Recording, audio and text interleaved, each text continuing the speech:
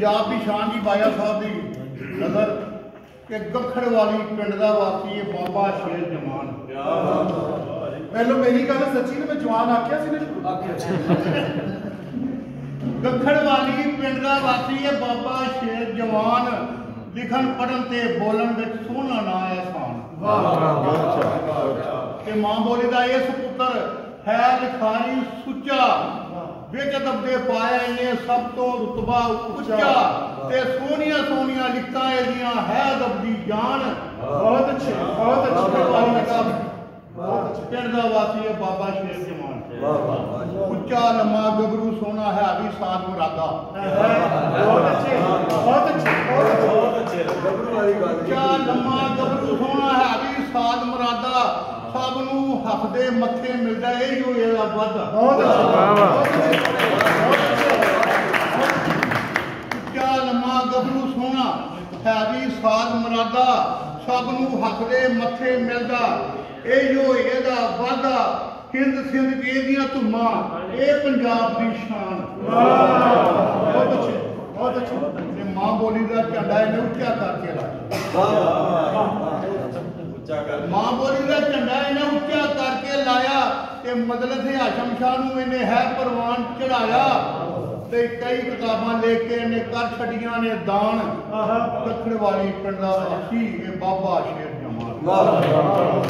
नारोवाज Faiz foundation बाबे होरां बनाई। कोई प्रोग्राम होगा आपको पता नहीं बने मैं एक प्रोग्राम किया। नारोवाज फैज फाउंडेशन बाबे होरां बनाई ते किले कालर की सांझ सवेर भी इसे दी वडियाई। ये हशना तीकर रहेगा जिंदा एदा नाम निशान है। कखड़ वाली वासी बाबा नारोवाज फैज फाउंडेशन बाबे होरां बनाई किले कालर की सांझ सवेर भी इसे दी वडियाई। अशना तीकर रहेगा जिंदा एदा नाम निशान। कखड़ वाली पिंड का वासी है बाबा मनन वाला सोना मर्द दलेर ते रोज रोज ना जमन मावा ये वर्गे शेर ते मां बोली का सेवक सुच्चा। शायरां चों सुल्तान कखड़ वाली पिंड का वासी है बाबा शेर। मेरे वर्गी अनपढ़ इन्हें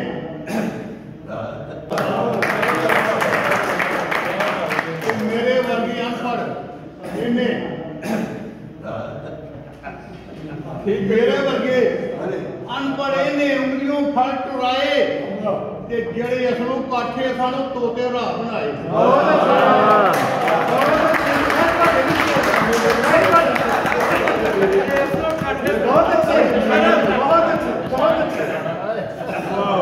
मेरे वर्गे अनपढ़े ने उंगलियों फल टुराए ते जेड़े असलों काठे सन वो तोते राह बनाए ते किसी का दिल नहीं तोड़िया ने रखिया सब दा मान।